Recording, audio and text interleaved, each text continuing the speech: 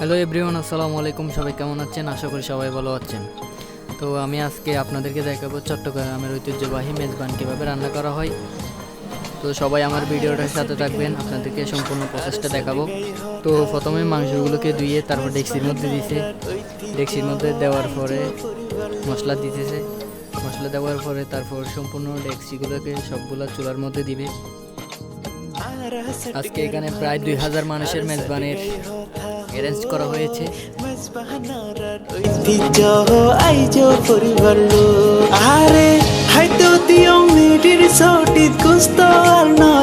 আর মেজবানের মাংস রান্না করার জন্য হচ্ছে খাঁটি সরিষার তেল ইউজ করে।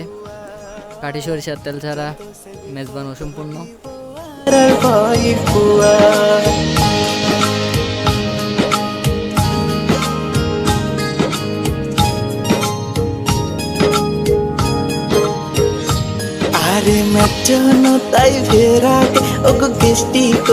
আর চুলার মধ্যে দুইটা ডেকের মধ্যে আছে হচ্ছে চনার ডাল আর বাংলা কদু, দুইটা চনার ডাল।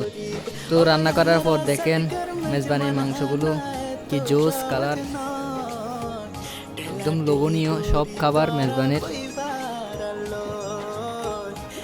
এটাও হচ্ছে মেজবানি মাংস।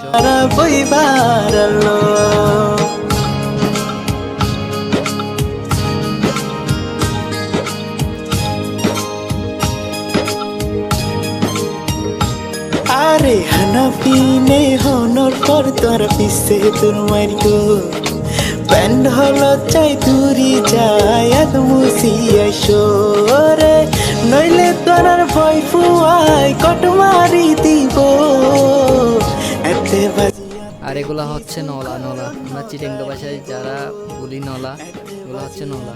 কিছু করণ তাইব সটকার মানুষ আর সটকাই কথা হো মাঝ বাহানার রইতি আইজ পরিবার গো।